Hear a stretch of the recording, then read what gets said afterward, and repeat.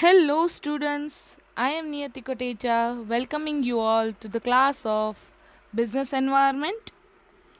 We are doing our unit number 2, that is liberalization, privatization and globalization.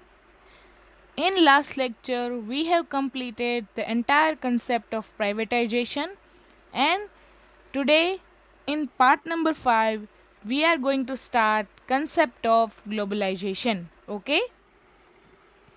So this is our course content of unit number 2. In that we have completed concepts of liberalization in our part number 1. Then we have completed entire the concept of privatization in our part number 2, 3 and 4, and we are going to start concept of globalization in our part number 5. Okay? So in our part number 5, we are going to start with quick revision of privatization, and then we will understand globalization concept. Okay? So let us start with quick revision of privatization. So we will start with meaning of privatization. So as we have understand in our previous lecture, that is privatization is the transfer of public assets, operation or activities to private enterprise.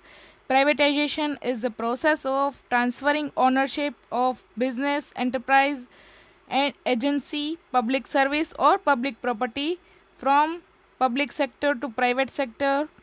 Why Indian government, or why we are promoting privatization?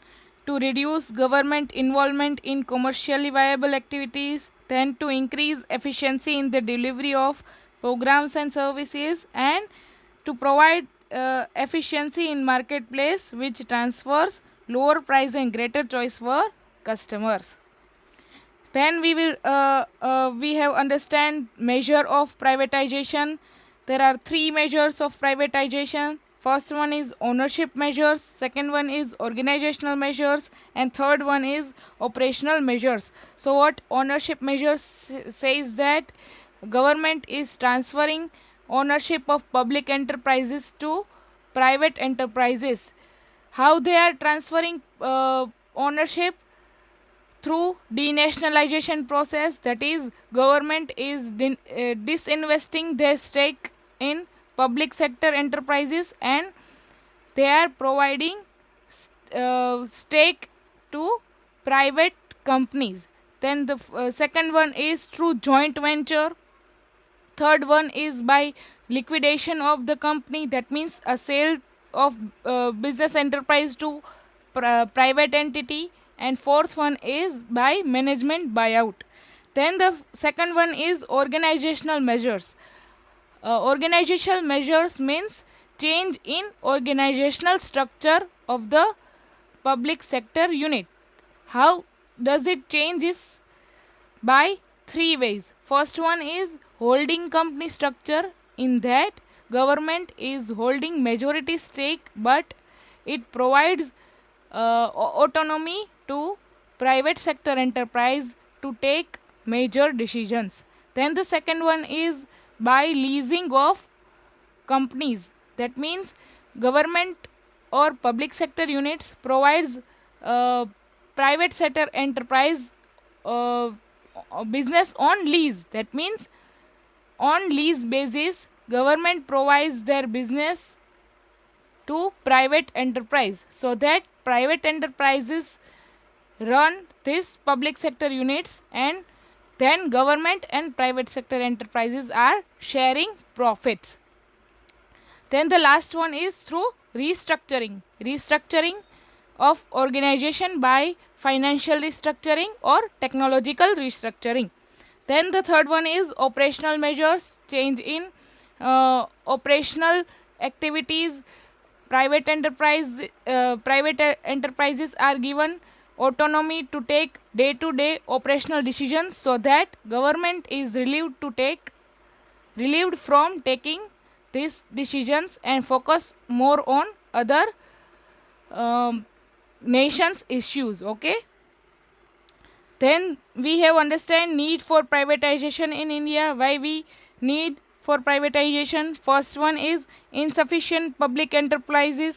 They are suffering from huge losses. That's why to revive this organization, we are going to privatize this organization to make a better enterprises. Then the second one is for the development of economy, and for the third one is conditions of World Bank and IMF to fulfill all the conditions given by the World Bank and IMF to provide a loan to India. We have agreed to the all conditionalities of World Bank and IMF, and we are going to privatize our Indian economy. Okay, then we have understand advantages of privatization. In privatization, there is a profit oriented decision making. Second one is private enterprises are therefore compelled to perform efficiently. Third one is in private enterprises there is quick decision making. Fourth one is privatization lead to better services to customers. Fifth one is more investment in technology and research. Sixth one is encouraged to act for the interest of shareholders. Then reducing the interference of government and political parties in working of enterprises. Then enables government to concentrate more on essential state functions. And last one is privatization accelerates economic development. Okay, then we have gone through arguments against privatization.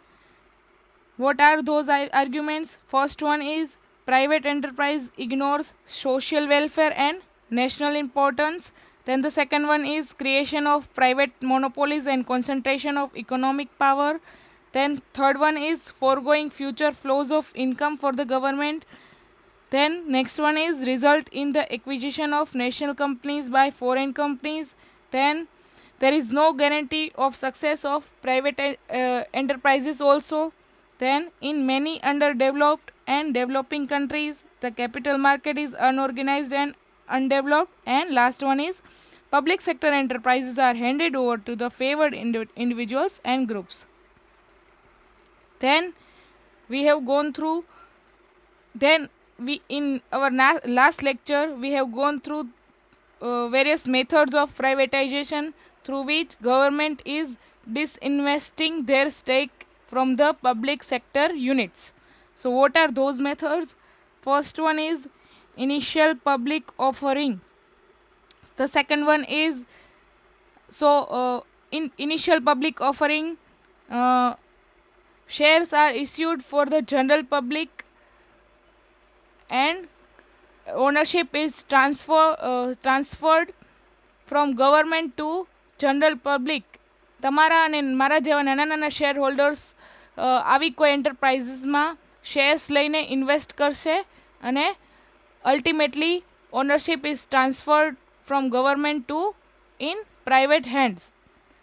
Then the second one is strategic sale. That means entire company government આવી public sector યુનિટ્સને કોઈ એક private sector કંપનીને જે already established છે માર્કેટમાં એને sell કરી નાખશે.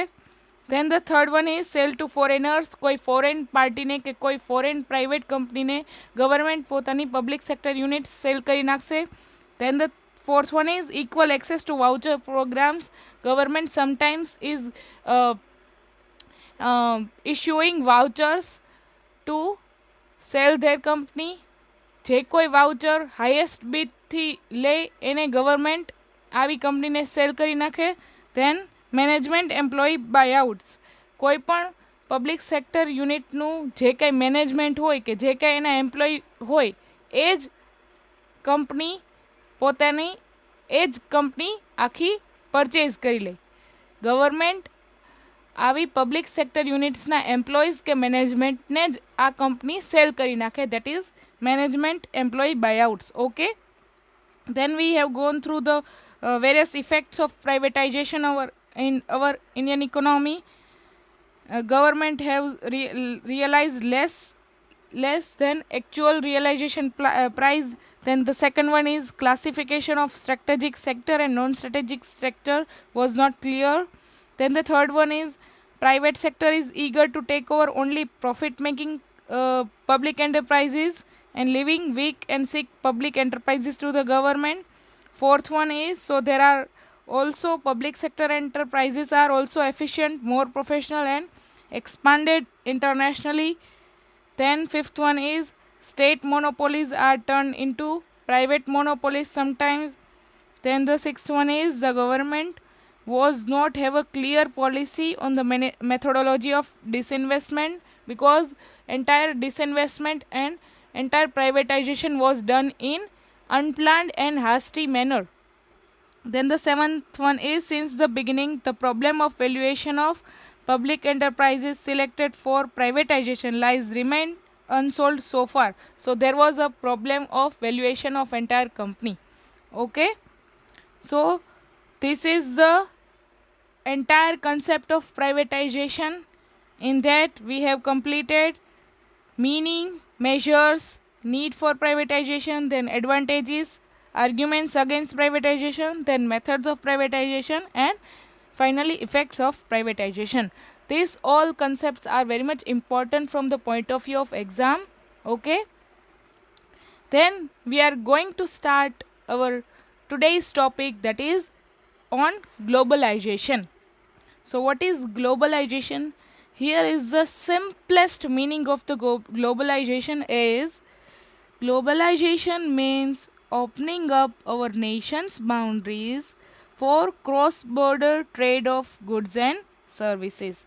So trade includes both buying as well as selling. So globalization means opening up our nation boundaries, that means opening up our national market for the cross-border buying and selling of goods and services. So the globalization is the word used to describe the growing interdependence of world's economies, cultures and population. That means we are depending upon another country or another country depending upon us for cultures, populations and economy.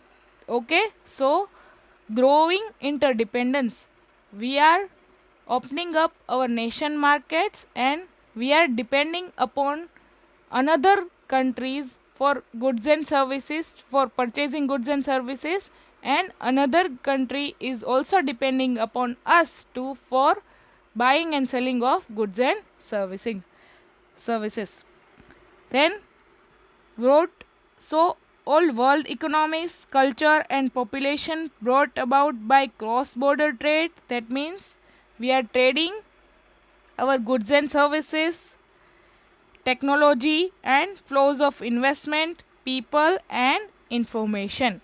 So we are buying and selling not only goods and services but also flows of investment, that is our people is investing in another country or foreigners are also investing in our country. Then people, that is migration of labor, we are exchanging migration, we are exchanging our employees to another country or they are exchanging their employees to our country. So people, migration of people and information. And also technology, we are also exchanging our technology to each other. So globalization is the process of interaction and integration among people, companies and governments worldwide. So globalization is the process of interacting and integration among people, companies and governments worldwide. For trading of goods and services, people are interacting with another country's people. Then integration of world economy and companies and government worldwide. Okay, then concept of globalization. So in simple forms, globalization means to go global, that is to go worldwide. that is expanding our nation market to worldwide. That means any of the country can any of the country of the world can trade their goods and services to our nation, or our nation's uh, our nation's company or government can trade their goods and services to all other countries in entire world and take into consideration the whole world or all people. There has always been a trend for trade and business transcending, that is, go beyond of national boundaries for manufactured goods, traded goods, services, communication, etc. This is largely the result of growing realization of the significance of markets and international competition. So, globalization શા માટે ઇફેક્ટમાં આવ્યું? Because of increasing importance of markets and international competition. આપણે એકબીજાની ટેકનોલોજીનો use કરવા માટે, કે એકબીજાના ગુડ્સ એન્ડ સર્વિસીસનો યુઝ કરવા માટે, કે એકબીજાની માર્કેટ્સનું બેનિફિટ લેવા માટે we are going to globalize our nation's economy. Then there are broadly 4 important components of globalization. First one is free flow of goods and services across national frontiers by reducing tariff barriers. That means we can trade our goods and services to another nation, or another nation can trade their goods and services to our nation. So આને કહેવાય free flow of goods and services. So there is no restriction or no barrier to trade goods and services to another nation, or there is no restriction or barrier to purchase goods and services from another nation. So by reducing tariff barriers, પહેલાં એવું હતું કે ઘણી જગ્યાએ આપણે કોઈ પણ goods and services ઘણી જગ્યાએથી આપણે કોઈ પણ ગુડ્સ એન્ડ સર્વિસીસ ઇમ્પોર્ટ કરવા હોય, દેટ મીન્સ પરચેઝ કરવા હોય કોઈ કન્ટ્રી પાસેથી, તો પહેલાં ટેરિફ, દેટ ઇઝ કોઈ એક ટેક્સ લાગતો ગુડ્સ એન્ડ સર્વિસીસ ઉપર. So we can not buy easily. So પહેલાં આવી ઇમ્પોર્ટ ઉપર ટેરિફ કે ટેક્સીસ લાગતા, તો એ હવે remove થઈ ગયા because of globalization. Then the second one is free flow of capital amongst nations. So national peoples can invest in another countries, or another countries people can invest in our countries. Okay, so there is a free flow of capital. We can invest anywhere, or we can get investment from anywhere. Okay, then free flow of technology. We can exchange our technology to each other. So કોઈ પણ countryની technology we can purchase or we can acquire, or આપણી technology કોઈ another nation પણ acquire કરી શકે. So there is a free flow of technology. And fourth one is free movement of labor. કોઈ પણ કન્ટ્રીના લેબરને આપણે કોઈ પણ કન્ટ્રીના લેબરને આપણે પ્લેસ કરી શકીએ. દેટ મીન્સ આપણે એને લઈ શકીએ, અથવા આપણી કન્ટ્રીના લેબરને પણ કોઈ પણ અનધર કન્ટ્રીમાં મોકલી શકીએ. So there is a free movement of labour. Then it was argued that international specialization benefits both countries which enter into trade relations. So it is mutually beneficial countries. If they specialize in the production of the goods they can produce most efficiently and trade those goods among them. For example, આપણે કોઈ goods and services most efficiently produce કરતા હોય, કે આપણી India કોઈ એક goods and services માટે બહુ જ સ્પેશિયલાઇઝડ હોય. That means suppose India produces wheat grains most efficiently. So India is known for agriculture products and services. India is well known for their food grains in all over the world. So suppose India produces wheat grains most efficiently, whereas Japan provides technology most efficiently, and the two countries then trade their products and services to each other. So we can supply our specialized wheat grains to Japan or another countries, and we can acquire latest technology from Japan and from another countries to benefit both. That means we can mutually benefit, we can mutually benefited by both specialisation. So આપણને કોઈ પણ કન્ટ્રીની ટેકનોલોજીનો પણ benefit મળે, and કોઈ પણ કન્ટ્રીને આપણા food grains કે આપણા વીટ ગ્રેઇન્સનો પણ બેનિફિટ મળે. સો that's why globalisation is very much needed. Okay, then globalization advocated mainly on the following grounds. First one is globalization will promote direct foreign investment and thus enable developing countries to raise capital without incurring international debt. So 1991 પહેલાં કેવું હતું કે આપણી economy closed economy હતી. That means we cannot welcome, or we are not welcoming another country's investments. So આપણે કોઈ પણ business ઇન્ડિયામાં નાખવો હોય તો we can raise capital from our Indian nation only. We cannot acquire capital or investment from another nation. કે કોઈ પણ નેશનમાંથી આપણે ઇન્વેસ્ટમેન્ટને અલાઉ કરી શકતા નહોતા. But after 1991 through globalisation we can allow for the international investment in our nation's business. Okay, so globalization will promote direct foreign investment, means ફોરેનની company કોઈ આપણી company that is our nation's કંપનીમાં ઇન્વેસ્ટ કરે, and thus enable developing countries to raise capital without incurring international debt.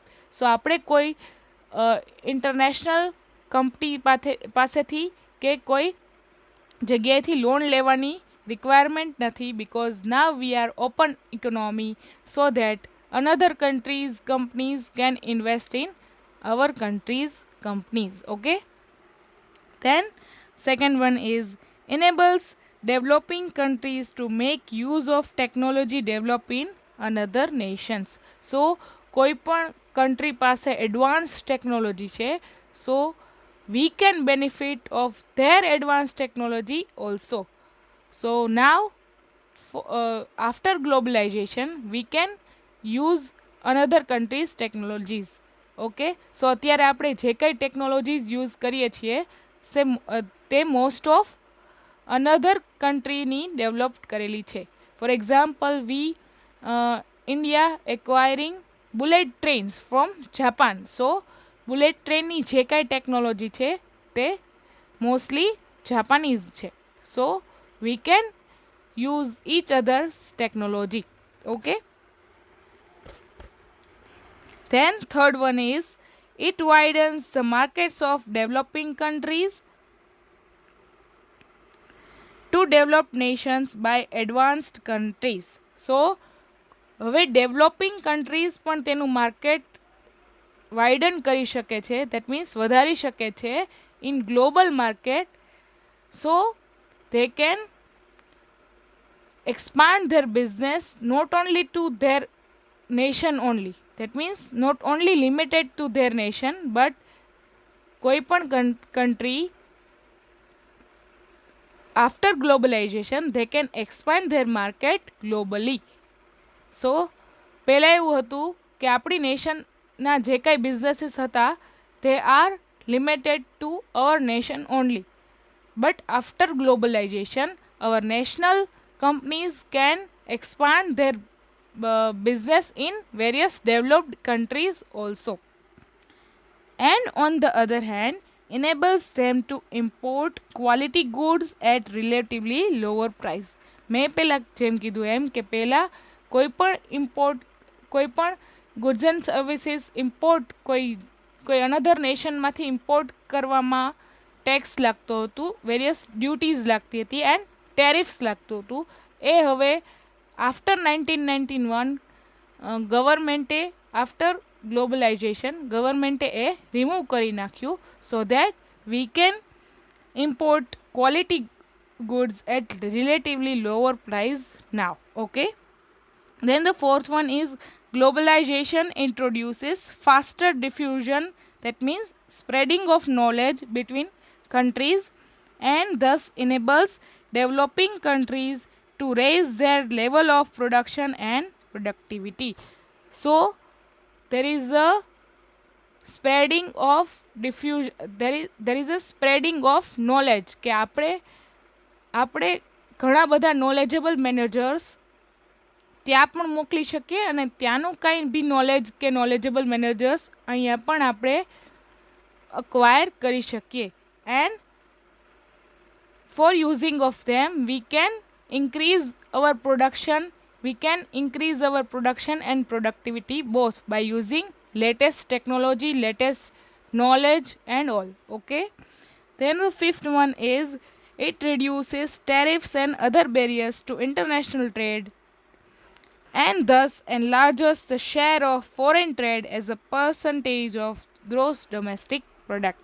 આપણી ઇન્ડિયાની company હવે જ્યાંથી પણ ગુડ્સ ઇમ્પોર્ટ કરે તો હવે એને ટેરિફ્સ અને ડ્યુટીઝ નથી લાગવાની, સો લોઅર પ્રાઇઝે તે ઇનપુટ્સ મેળવી શકે, પ્લસ હવે તે એક્સપોર્ટ પણ કરી શકે અનધર કન્ટ્રીમાં. સો આપણું ઇન્ડિયાનું પ્રોડક્શન ઇન્ક્રીઝ થાય એમ આપણી gross national product and gross domestic product પણ ઇન્ક્રીઝ થશે. Okay, then it should be noted here that term liberalization affects the internal structure of economy.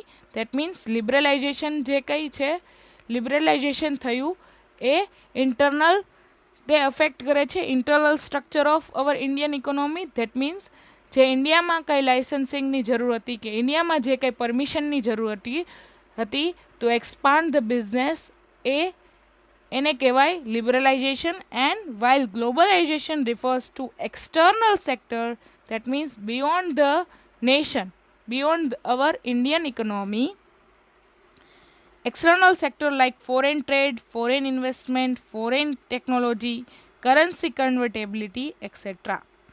So both indicate bias towards market economy. So what liberalization means? Liberalization means we our Indian economy now open to do any business in our India. And what globalization means? Our Indian economy is now open to do business with another nations also. Then globalization of Indian economy in 1991. Globalization of Indian economy means integrating the economy of our country with that of world economy. So આપણી કંટ્રીની that means Indian economy ને integrate કરવી world economy સાથે, that means globalization.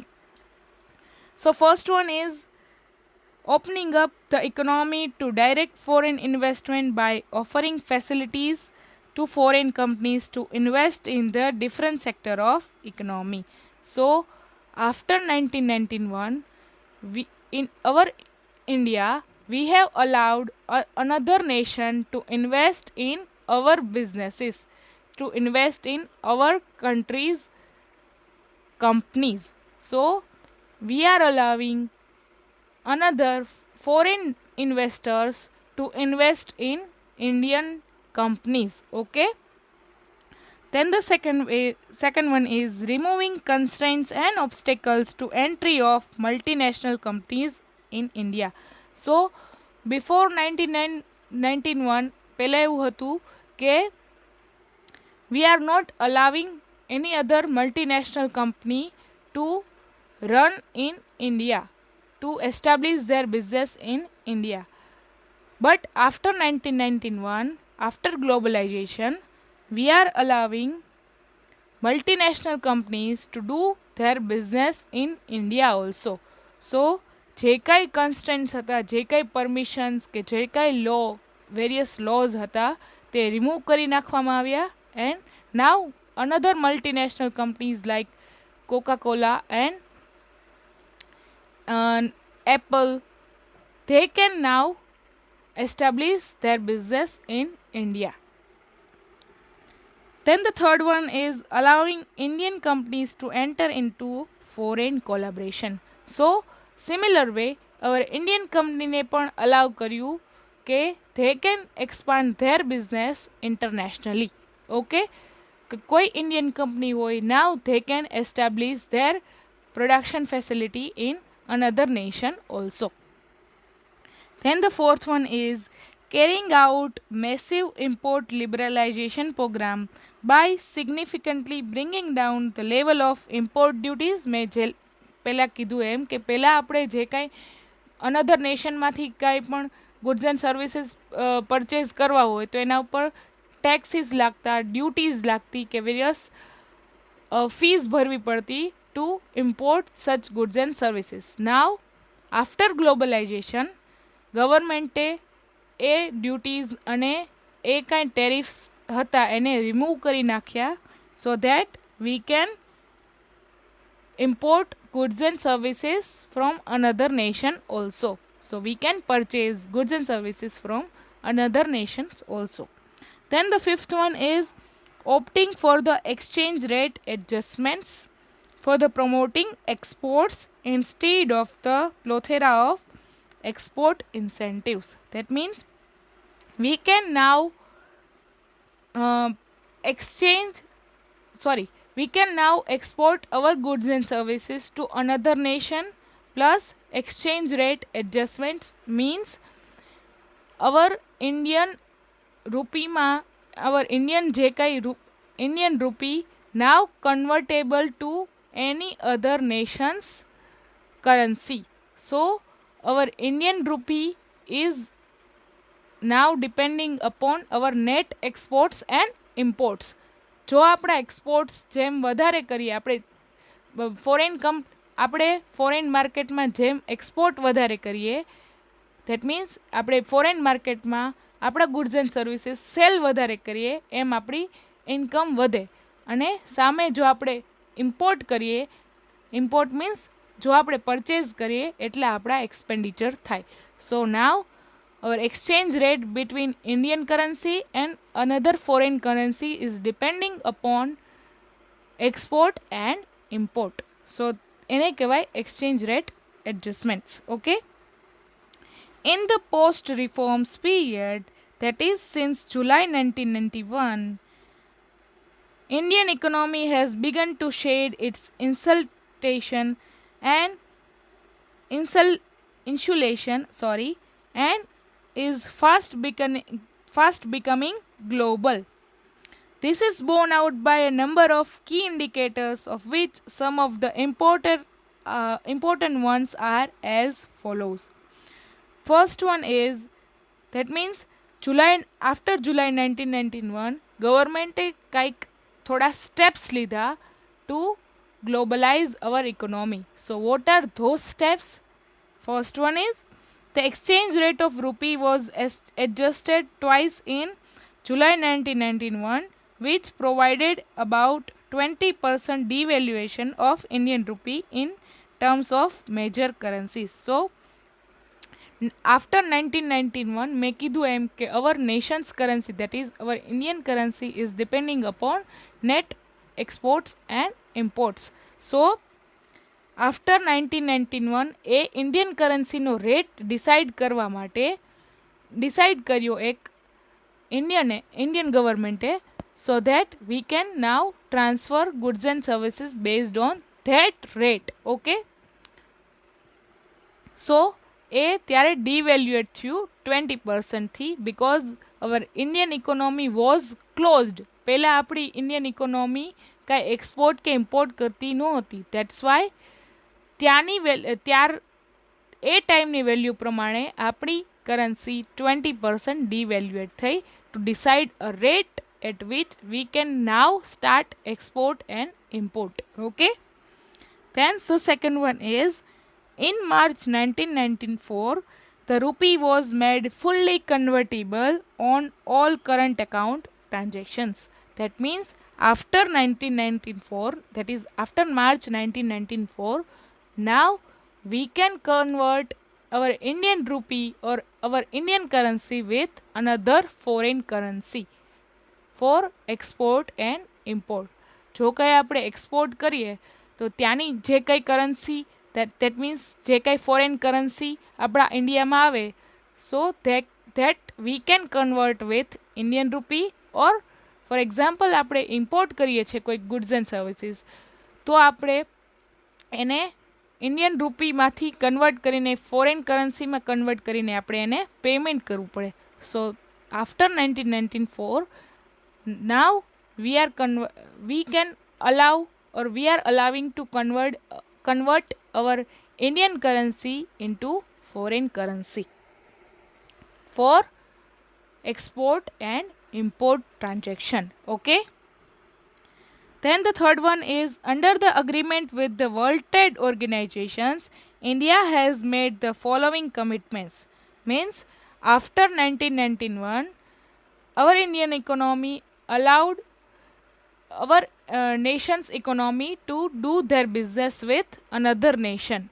Plus Indiaએ WTO that is World Trade Organization સાથે agreement કર્યું for trading of goods and services with WTO nations. That means WTOના જેટલા member nations હતા એની સાથે આપણે એક ટ્રેડ અગ્રીમેન્ટ કર્યું to transfer goods and services.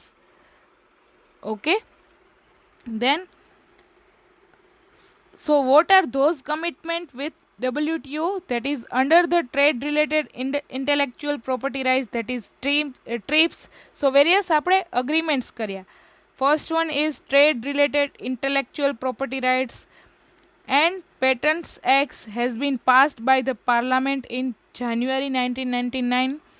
That means આપણે Patents Act, that is we are having the patents over our goods and services and intellectual property rights. Then the second one is under the trade related investment measures. That means our Indian economy investment na measures નક્કી કર્યા કે ક્યાં ક્યાં investment થવું જોઈએ. Then under the information technology agreement, tariffs had to be brought down to zero. That means tariff સાવ zero કરી નાખ્યા. પહેલાં હતા એના કરતાં સાવ ઝીરો કરી નાખ્યા. પહેલાં ઇમ્પોર્ટ કોઈ પણ ટેકનોલોજી ઇમ્પોર્ટ કરવા માટે પહેલાં we have to pay certain tariffs and taxes to import various technology. તો તે હવે brought down to zero. That means zero થઈ ગયા. That means we have to no pay for the import of such technologies. On 95 lines in 2000 કે 95 જગ્યાએ changes કર્યા.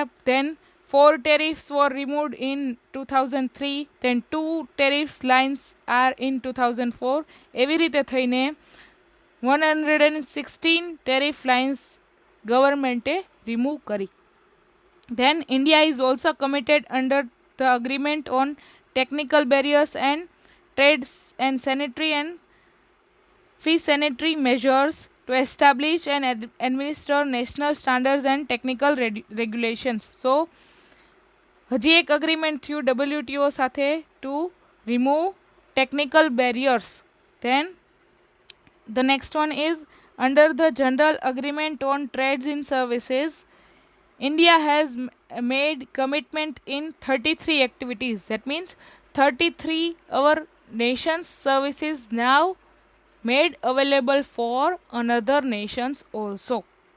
So these all are the brief agreements we have done in WTO, we have done with WTO. Okay. Then the fourth one is a massive program of import liberalization with substantial cut in import duties. આપણે સાવ import duties સાવ low કરી નાખી, so that our Indian companies and our Indian people now import goods and services with lower price. Has been operation since 1992. Besides, quantitative restrictions on imports too have been abolished. That means જે કાંઈ restriction હતા કે કોઈ goods and services આપણે purchase ના કરી શકીએ એવા કોઈ રિસ્ટ્રિક્શન હોય તે પણ રિમૂવ કરવામાં આવ્યા કે now we are open to buy goods and services from another nations. Okay. Then opening up of the economy to foreign capital. That means foreign investors now can invest in India, or our Indian investors now can free to invest in foreign market also. So foreign investment and foreign technology, we can transfer each other's technology also. Then the sixth one is entry of multinational companies in various sectors and launching of their latest model. So we are allowing foreign multinationals or foreign companies to do their business in India, and our Indian economy is now open for foreign multinationals to launch their latest models and latest goods and services. Okay. So I would like to end up my session with motivation that don't decrease the goal, increase the efforts. Okay. So in our next lecture we are going to understand various impacts of globalization on Indian economy. Okay. So thank you so much, students. Have a nice day.